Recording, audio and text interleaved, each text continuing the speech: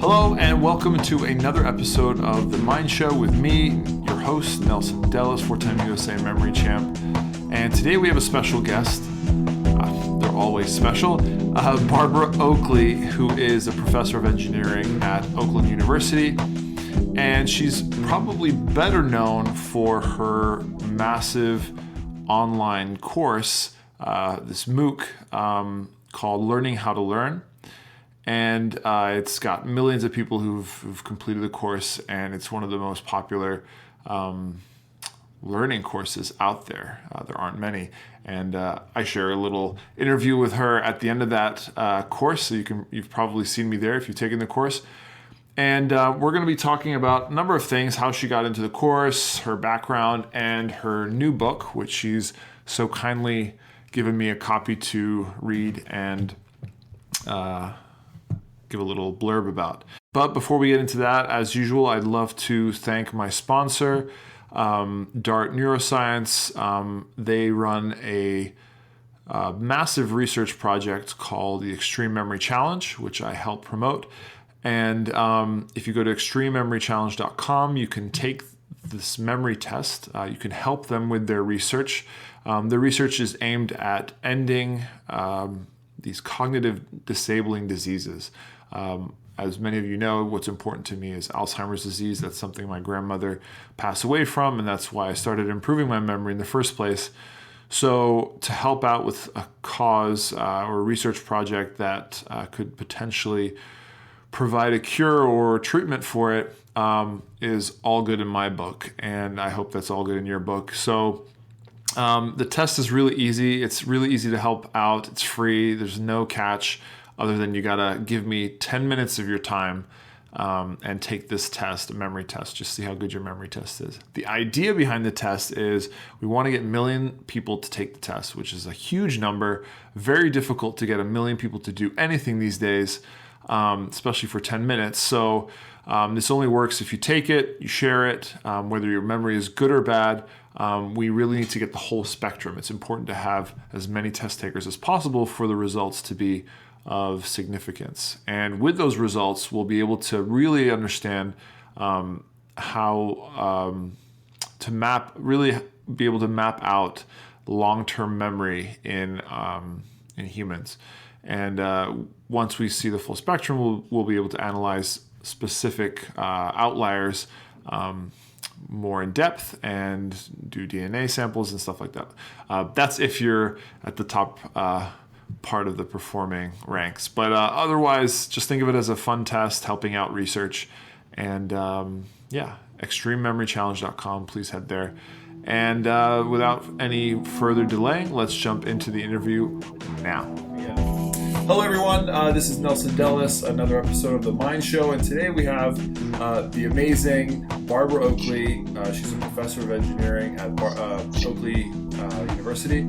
And for what most people know is she has this amazing course on how to learn and is an author working on another book.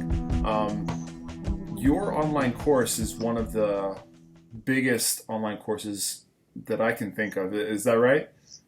Actually, it is, from as far as we know, it's the biggest massive online course in the world. We've had around it's close to 1.7 million registered learners now. So it just keeps getting bigger and bigger, but it's because it's got a lot of very practically useful information about learning. Yeah.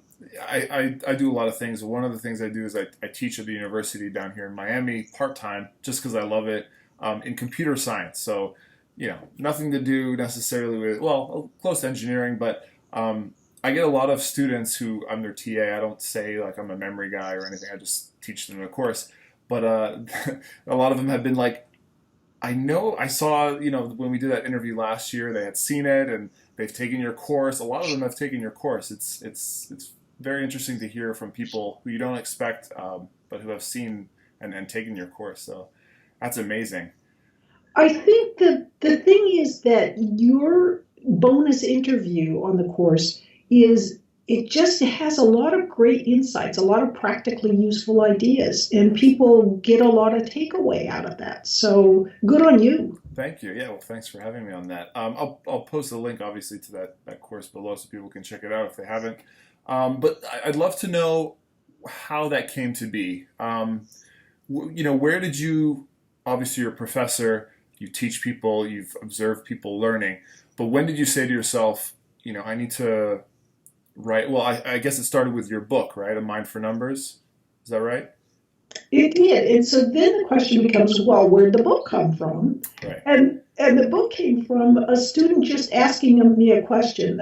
Like me, he had been in the Army and he was trying to change himself and become an engineer. And of course, he thought it was very difficult for him because he had just been a technologist and getting the math and so forth. And he was like, it was hard. And he found out about my past. I had been in the military. I'd been a linguist, a Russian linguist.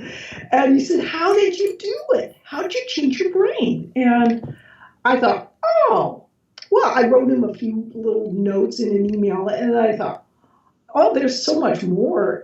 I can actually write a little book about this. And it would just take me a month or two. Of course, that's so silly. It took much more than that to make it look really simple and easy. But that's where it came from. And I think part of it is just realizing that there are these meta skills behind learning that apply whether you're learning a language, whether you're learning in math and science, or dance, or even mountain climbing. Yeah. And they all relate from what we know of how our brain works from neuroscience.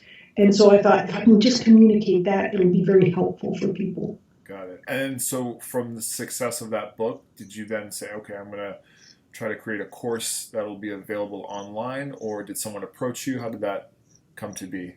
Well, I had volunteered in an inner urban school district for 5 years, and the kids were incredible, just incredible. But I became very much aware that the people that you most want to reach about learning often are not. They're never going to read books. They're not. So the school system is not conducive to allowing that to happen. I mean, there's just not emphasis on that. But hey, they'll watch videos. Yeah. And I thought, I want to create a course where I really reach the people who most would like these kinds of ideas. And you can actually reach them so much better because you can walk through your metaphors instead of just describing them with words. And so it was a lot of fun. And I worked with my co-instructor is Terrence Sanowski, the Francis Crick professor at the Salk Institute. And I mean, this guy is like totally a neuro ninja. Nice. He's such a genius, and he's so funny. And so we had met, and then we got to talking, and we decided let's try and do a MOOC together. Yep. And a MOOC is Massive Open Online Course. Right. And so Terry really helped make it happen. He has a joint appointment at University of California, San Diego, and so he opened those doors. Got it. Okay. And now I'd love to kind of jump back a bit and talk about your past. I just discovered this doing a little bit of research on you because we had never talked about it, but my adventure background and exploring and going to these cold places is part of me, and obviously now I realize it's part of your background. Tell me about, so from what I understood, you worked in the South Pole, is that right? Or yes. Okay. It was at the South Pole Station, and in fact, so I met my husband there, and so 3 weeks after we met, he proposed, and 3 weeks after that, as soon as we got off the ice, we got married in Aotearoa, New Zealand, and so I always say I had to go to the end of the earth to meet that man, but that was 32 years ago, and it was the smartest decision I ever made was to say yes when he proposed. Congratulations, yeah. Yes. And so what were you guys doing in the South Pole? We were starting global warming. Okay. Great, thanks. More seriously, he was in charge of the garage operations, and I was a radio operator. Okay. So it was he was really the guy to know on station because you could get in a vehicle Sprite and go travel off to the garbage dump, which is about one of the big things you could do at the South Pole Station. I mean, there's nothing. Exciting, yeah. And so we go off to the garbage dump together, and have exciting adventures. It was a lot of fun. That's funny. I had a friend, close friend, I haven't heard from him in a couple of years. He's always traveling, but he did some cycles in I don't remember if it was South Pole or McDermott. Is it McMurdo? Yeah. McMurdo, yeah. And he was working for Raytheon. I don't know if they're still contracting people out there, but he was living in the South Pole for months at a time, and we would catch up on beers in Miami every once in a while. And I remember this was like 10 years ago. We were in a bar, and it was me, him, and another guy just showed up from my physics lab, and he had also spent time in the South Pole. So I was thinking, at the time I hadn't climbed Everest, but I had been to McKinley and climbed Denali. So between the three of us, we had, in Miami, it just seemed like, okay, there's two guys who've been to Antarctica and me who's been to the Arctic Circle, whatever. How rare would that be in Miami, What my question is how did you get to the South Pole? What brought you there? Was it your engineering background, or what was it? So the thing is, and I think this is important for people of all backgrounds to keep in mind, is sometimes doors open for you. And I think people often, it opens so fleetingly that you can say, it just doesn't fit or it doesn't work or something. So for me, I had been in the military and I'd been a signal officer. So I worked with communication systems and so forth. And my brother had been working down in Antarctica. And so he was showing me all these pictures. And I was like, man, that's so cool. I'd love to go there. And he says, there's a position opening up as the radio operator at the South Pole Station. Now, what I could have said was, I'm in my engineering studies, I just can't take 6 months off and do that kind of thing. And instead I was like, hell yeah, let's go for it. And so I put my application in, and little did I know that it was basically, once you go over there and interview, it's basically, are you a mammal? Check. Okay, get on the plane. I can imagine, yeah. So next thing you know, I was down in Antarctica. So it was, but here's another thing. So when I worked on Soviet trawlers, it was out on the Bering Sea. Sure. And it was because I had trained as a Russian linguist in the Army. And I remember I put my application into the company, and then the company called me and said, we'd like you to come out and start work next month. And I was in the middle of my studies, and I was just going to start my next semester the next month. And so I said, nah, I don't think so. And so my father overheard this conversation because I was out visiting him, and he was like, you did what?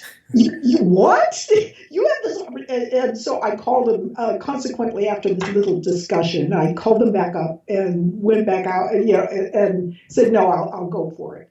And I ended up working out there. And of course it was a absolutely phenomenal experience, and I feel very blessed that my father was like looking on right then. And so when my knee-jerk reaction of no, I already know what I'm going to be doing, he could draw me back and say, let's use a little common sense here. How many opportunities do you get to do these kinds of things? So that's amazing. That was key.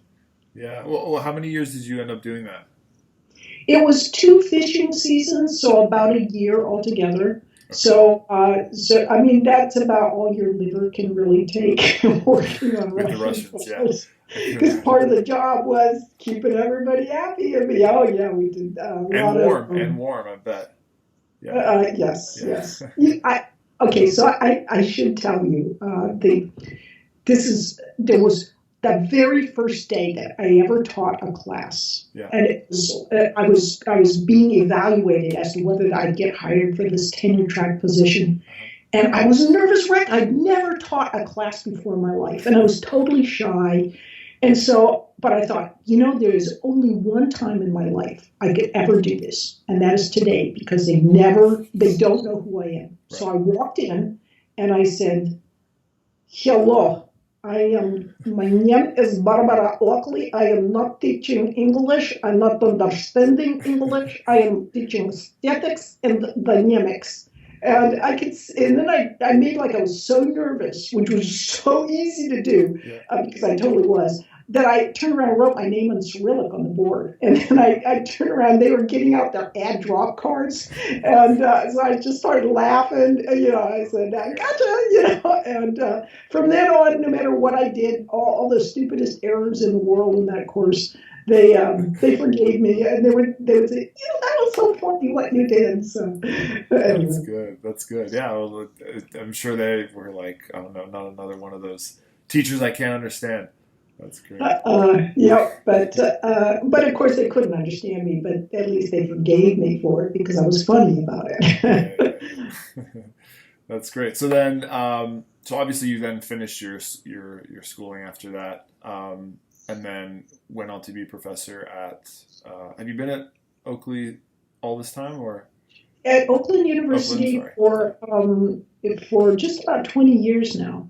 And I think that story actually illustrates a very important point about learning in general. And that is, if you can have a sense of humor about whatever you're learning, it can make it go down so much better, especially when it's frustrating or difficult. So this is why I think it's important to look for instructors who have a sense of humor, because they can just make it so much nicer. Yeah, exactly. I find that often when I'm trying to explain difficult programming concepts to students. Everybody learns differently, so sometimes the way I do it in general on the board, most people get, but there's certain few who don't, and so I have to find different ways to get to that person, whether it's through some type of lighthearted humor, more understand ideas or examples that they can understand, different associative kind of relative ideas. But yeah, it comes down to trying to relate to the student, and that can often be through being funny and open and willing to do it, to explain it in different ways. Yeah. That's so true. It does make me laugh, because Terry and I just submitted a paper, and some of the reviewers' comments came back and said, you're saying humor is important, but there was this paper in 1973, and it says humor is extraneous. And if you go and look at the paper, it talks about humor in books, not in when you're actually teaching face-to-face. And one of the authors of that paper is like the funniest public speaker, when he's giving presentations. He's always giving this off the cuff.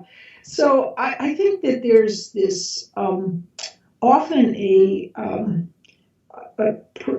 predisposition or a bias amongst many professors that humor is a bad thing. And it's only because it's so hard to do that they'd rather not do it. Sure. And so the best way to get away from doing that, from trying to be funny, is just to say it's not important. Right. Yeah. Yeah. Let's talk a little bit about the actual course itself, and maybe some of the top, say, 3 things that, for the listeners out there, that for learning how to learn, what are the 3 most important things you think that are crucial to learning as a skill, I guess? Okay, the one that people comment on 3 different things. They comment on a lot of different things, but it often centers around 3 things. And the first one is the Pomodoro Technique. Right. So procrastination is a huge issue in studying. And yet, when psychologists talk about the best techniques for studying, it's like they skip right over the part where you procrastinate. And it's like, well, let's see. And then we said the alphabet and went to Z. Because all the other, that procrastination part is a huge part to skip. So the bottom line is use the Pomodoro Technique, which is, that was invented by a wonderful Italian, Francesco Cedillo, in the 1980s. And You turn off all distractions, which is actually more difficult than you think to do the first couple times you do it, but it gets easier. So no cell phone buzzes, no little signals coming up from your computer or anything like that. So turn off all distractions, set a timer for 25 minutes, and then work as intently as you can, knowing that your mind will sometimes come up with distracting thoughts. Just let them go by and keep working for 25 minutes. And when you're done, reward yourself. Like listen to a song you like, go for a walk, do whatever you might like. Yeah. And what we know now from neuroscience is learning continues to take place during that time when you're not focusing, when you're relaxing. And so that's part of why this relaxation is so important. I mean, we always have this feeling we're only learning when we're focusing, but that's simply not true. Yeah. So that's the first thing. And so going more into that, so let's say, you have your day set out for you, right? Whether you're working from home, you're studying, or you're at your job, your desk. It's 25 minutes and then a break or a rest. What's the best or recommended time to rest? Because obviously you're going to start looking at cat pictures and listening to music. It's easy to be like, I'm going to hang out a little more before I go back to work. What are the intervals supposed to be like? Okay, it really does depend on you. I will admit, for me, if I start getting into the flow, I'll just keep right on going past the 25 minutes. But it does depend. So if you have a budding examination, you're right before finals or something, it might be 3 minutes. Okay. But if you have, you're trying to get a certain number done during the day of Pomodoros or something like that, then maybe 5, 10, 15 minutes. You might ask, why was the magic number 25 minutes selected? Yeah, that was my next question. And that was because at that time, my sense is that it's 5 minutes less than half an hour, so it seems very doable. Sure. But now what we know is, procrastination arises a lot of times, or sometimes at least, because when you even think about something you don't want to do, it causes a pain to arise in your brain, the pain centers of your brain. Okay. So what you do is you turn your attention to something else because that makes the pain go away, like instantly. But you do it once or twice, it's no big deal, but very often, and it's procrastination, and it's like an addiction.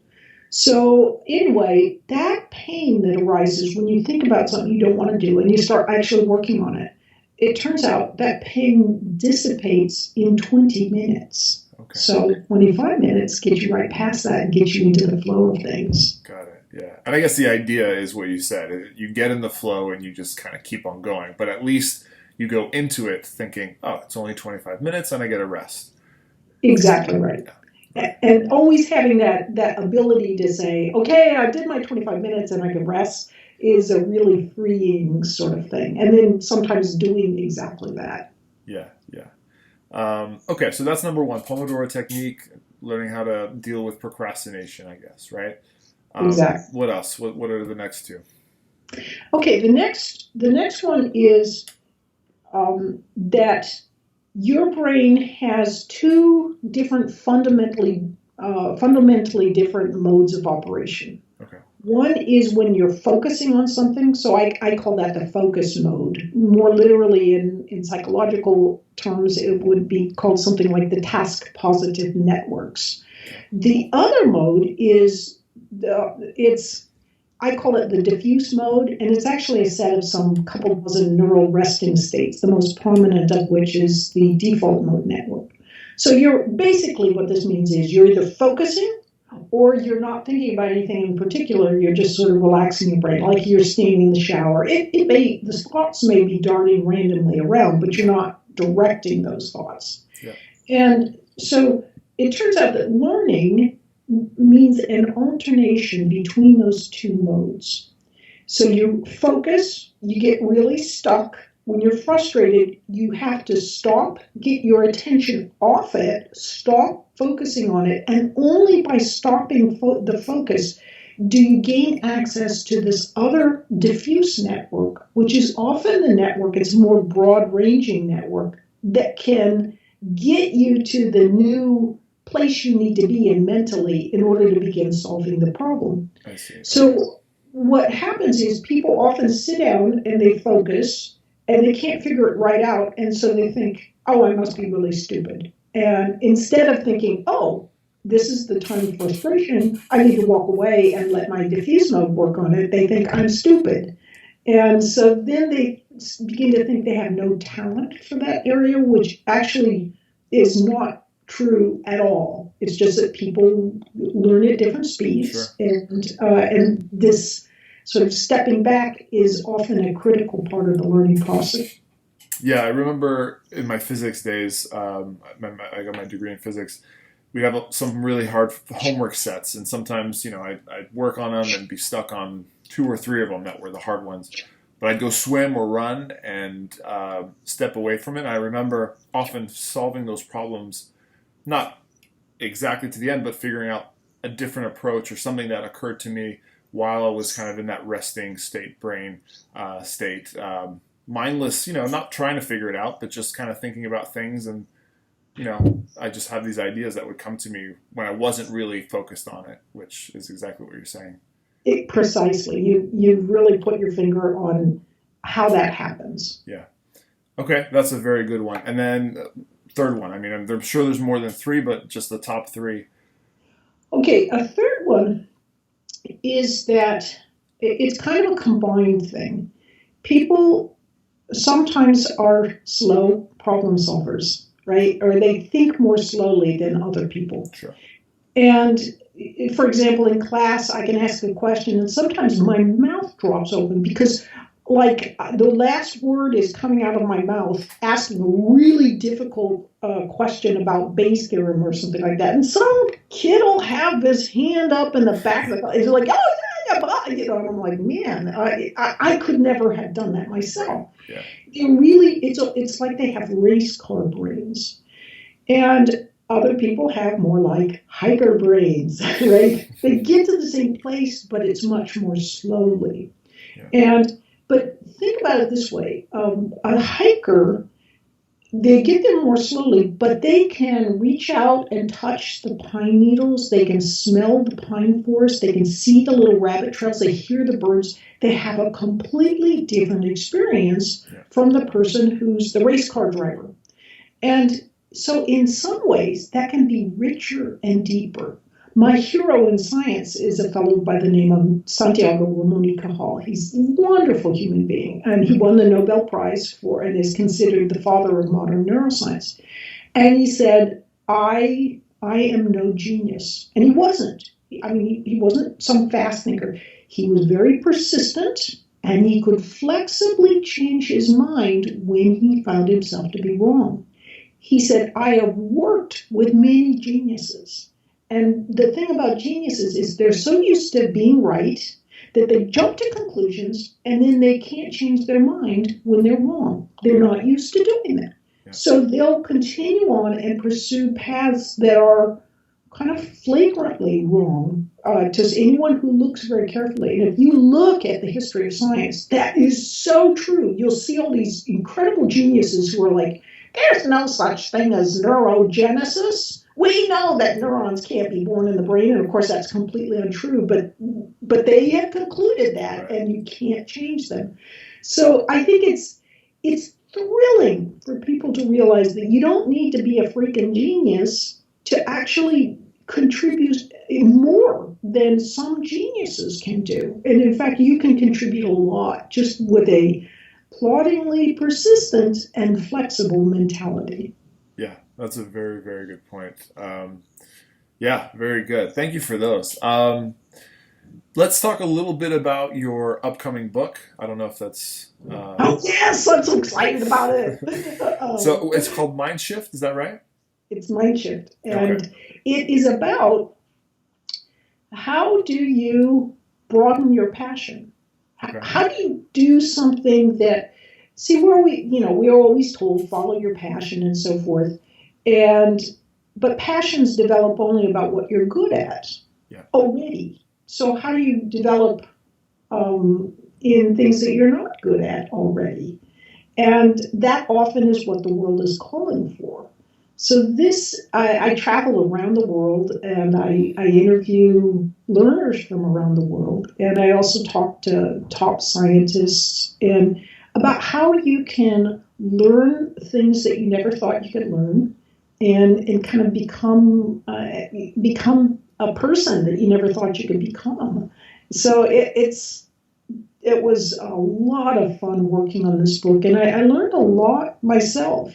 For example, I never knew that video games could be so helpful in, especially as you get a little older, in making sure your brain stays sharp. Yeah. And we're always told, oh, video games are like rot your brain or something like that. It's really untrue. I suppose they're probably brain rotting types or something, but even video games like Tetris can expand your spatial abilities and so forth. And people so often think, oh, I don't have spatial skills, so I can't become an artist or an engineer or something like that. But they don't realize that you can actually see people's brains changing as they practice with some of these kinds of skills using things like Tetris and so forth. And you can become much, much better and adroit in your abilities. The people peg themselves, I think a lot of times they'll take some kind of test and say, oh, well, this is where my skill set or what I'm good at. These are my talents and I should do that. But these kinds of tests never tell you about how you can change.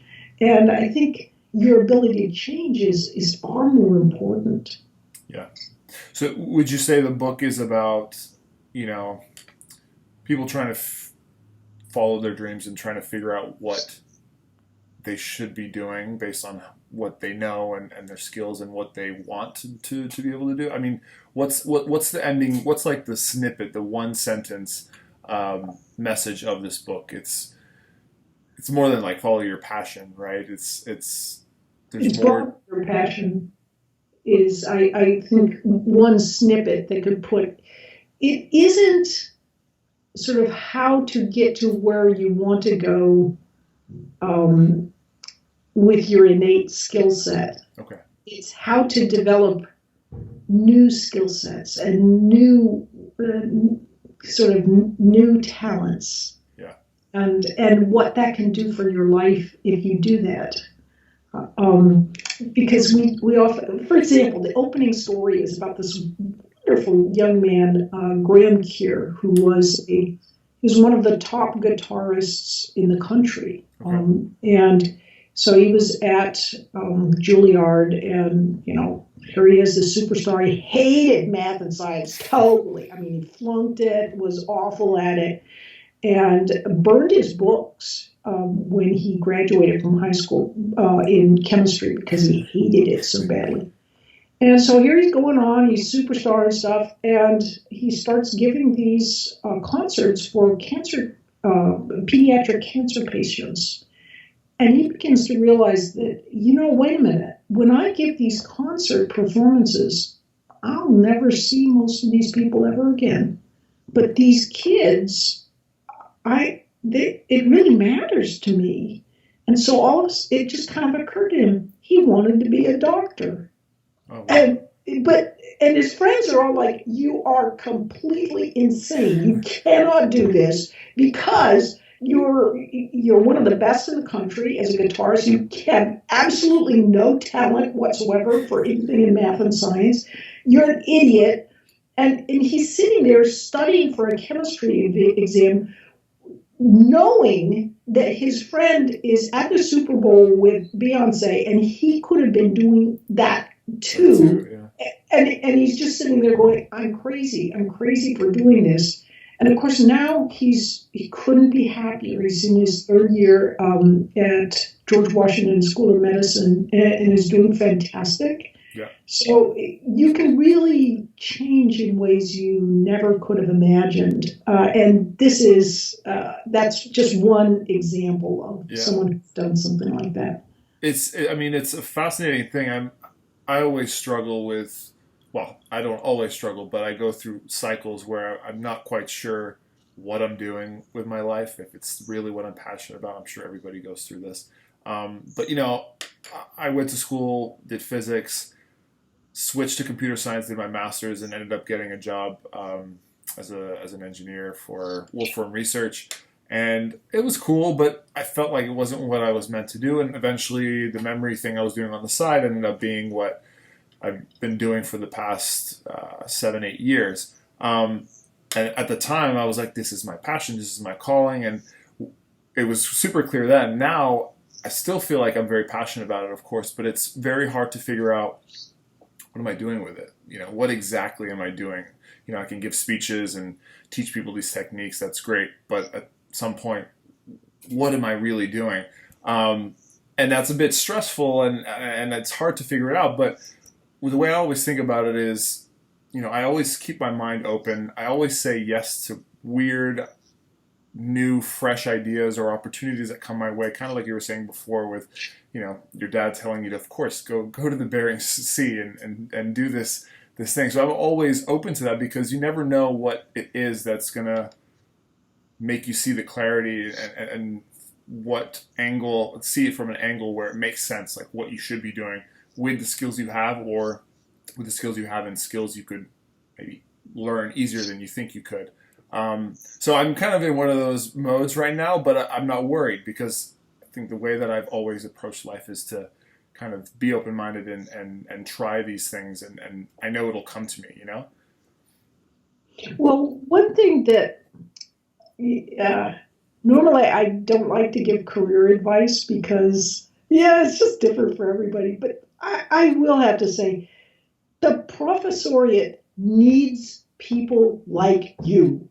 Okay. So I want to see you become a professor of computer science, because it'd be so awesome. So often professors become professors and they've only gone through that pipeline. They've never experienced anything else. And it shapes their teaching. They're like, they're just so one, in some sense, they can be so one-dimensional about how important what they're doing actually is and how it fits into the greater societal scheme of things. Yeah. And to have professors who have more real-world experience, I think, is just, it's not only awesome for students, it also means that the research that you do would have a very different flavor and be, you can be more, that's part of what I talk about too in the Mindshift book, is that when you switch careers, you think, oh, I'm just this neophyte, I'm terrible, I can't do this, I'm so far behind everybody else. But what you don't realize is that you bring in all these other skills and ideas and perceptions, and that can make a huge difference on your ability to be creative in your new job. Yeah. Wow. Very insightful stuff. That made me thinking, should I go back to school? I mean, I have my foot in the door in the department, and they're always asking me, do you want to do your PhD? And I'm like, it's going to be like 4 or 5 years of my life.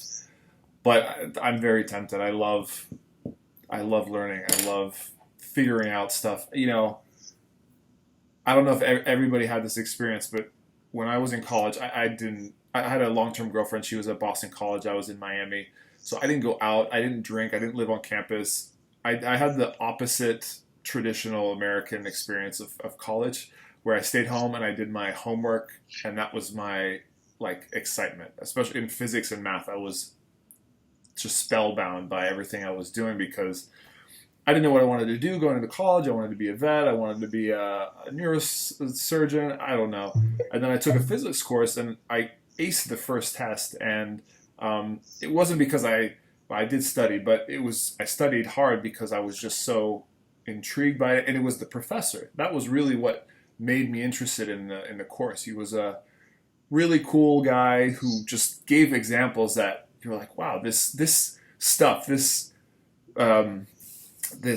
science describes the world, right? And I guess that was always my deeper interest, was what I want to learn, what the world means. Why are we here? My family's not very religious, so my questions needed answering different ways, and science and physics seemed to be the thing that satisfied that. And I had this experience in college where I just was always discovering things, and I love that. I love learning new things. I was such a nerd, but yeah, you've got me thinking again. Maybe go back into education. Yeah. I think you'd have a lot to add, and 5 years are going to go by anyway, so why not have a better structure? I was 38 when I got my PhD, and it really it opened a lot of doors. Yeah. So it's not for everybody, but for someone who's inquisitive and has kind of a can-do perspective, it can be a wonderful, wonderful thing. Yeah. So when does the book come out? Comes out on April 18th, 2017. Okay. And there will be a MOOC at the same time, so I'm working on the scripts for the MOOC. Great. So related to the book? Yes. Yeah. Yep. The MOOC will be called Mindshift, as is the book. And so it's all about, well, it gives concrete, you can see me talking about some of these things and sort of giving a different perspective on what's in the book, so they complement one another.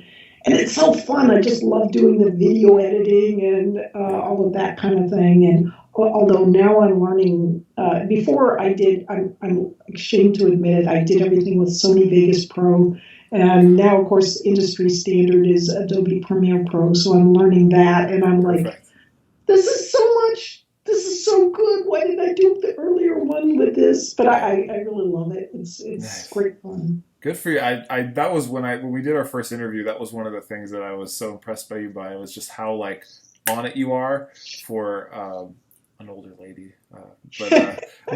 My mom would never know how to use Premiere Pro. That's insane. So high five to you. That's amazing that you're doing that, and your videos are great. So yeah, It that's still very makes me laugh though, because I'm still kind of old ladyish in how I do it, because I'm kind of like, now let's see, is that called an f-stop? Something to do, or is that motion? Like, I can't remember the terms, but I sort of know what's going on.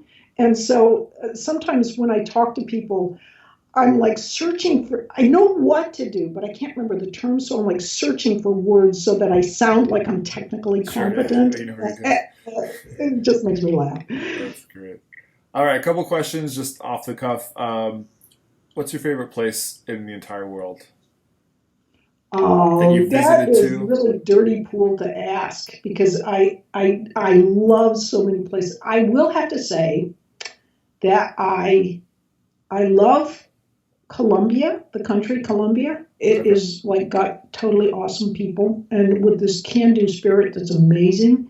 I love Italy because I love Italians. I love just this. There's just such a friendly attitude and there's so much history there too. Yeah. So South Africa has got such a special zest. Or the people are so fantastic. I mean, it's sort of part of it is it's sort of like, where have I been most recently? I see. Yeah. But I think I've named some of the top ones Nice. that hold a special something.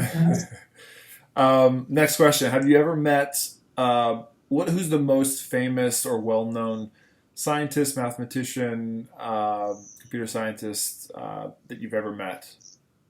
Oh, for me, probably Steven Pinker. Okay. And so I don't know if people know him, but he's an extraordinary psychologist, and he's written some fantastic books. And I've always been in awe of him. And I will tell you that when nobody's looking, he is like just a wonderful human being. He's a best-selling author. He's an amazing academician. Yeah. And I wrote him kind of out of the blue about 10 years ago and said, "Would you blurb my book? I'm a nobody, basically." And he looked at it and he liked it. And even though it was really controversial, he blurbed it. And he's just somebody who, I mean, he didn't. There was nothing for him out of any of that, and he gets inundated as it is. And so all I can say is he's a wonderful, wonderful human being. So he walks the walk. Got it. Okay. And then last question: if you have to gift someone a book, what's your go-to? Like just one that you love that you think everybody's got to read this one. I'm terrible because I'm thinking, oh man, you got to get Michigan Geology and Geography. It's like the most awesome book. It is. It's like this totally awesome book. But I think, let's see, I really liked Kahneman's Thinking Fast and Slow. Oh, it's a great one. That's just a wonderful book. I suppose that would be one of the very top on my list. So, and then I really like Sapiens. That was a great book. So those would probably be at the top of my list. But hey, there's a new one coming, and that's the one that you're going to be writing, and that will be the one that's super fun. Hey, I have a book I wrote already. I just got to get it picked up and published. Right. There we go. It will be happening. And what are you reading right now? What's on your bedside table? Let's see. It's a book called Messy, and I love it. What is the author's name? Tim? Can't remember, but it is just this. It is genius book. It's basically about how this pursuit of orderliness really creates problems and kills creativity.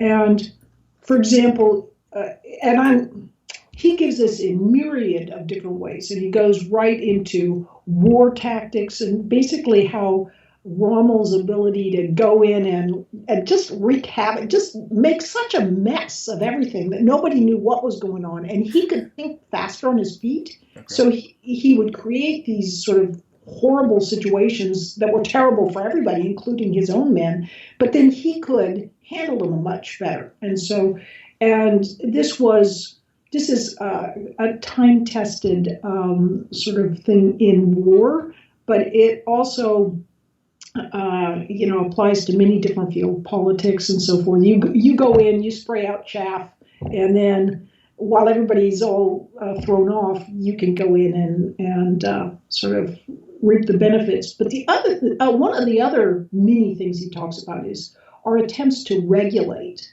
So we go in, we make these regulations, and then of course people figure out ways around the regulations. So we think we tighten the regulations, so we go in and make more regulations. Right. And so everything, for example, with the mortgage industry and so forth, first it was simple, then we made more complicated.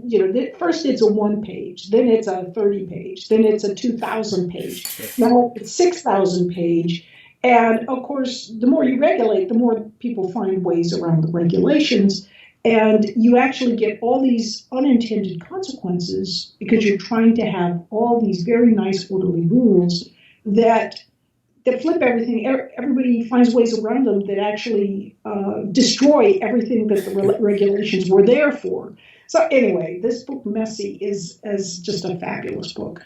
Okay. I'll add it to my list and check it out. All right. Well, it's been a good 45 minutes. Thank you so much for answering my questions. Some were personal ones that I just wanted to know, and others hopefully will help the listeners a little bit with their studies and learning, and they'll check out your new book when it comes out next year.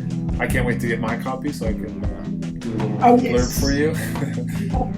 And so good luck. Thanks again for being on the show, Barbara Oakley. You've been great. Thanks again. Okay, it's an honor to be here. Thank you.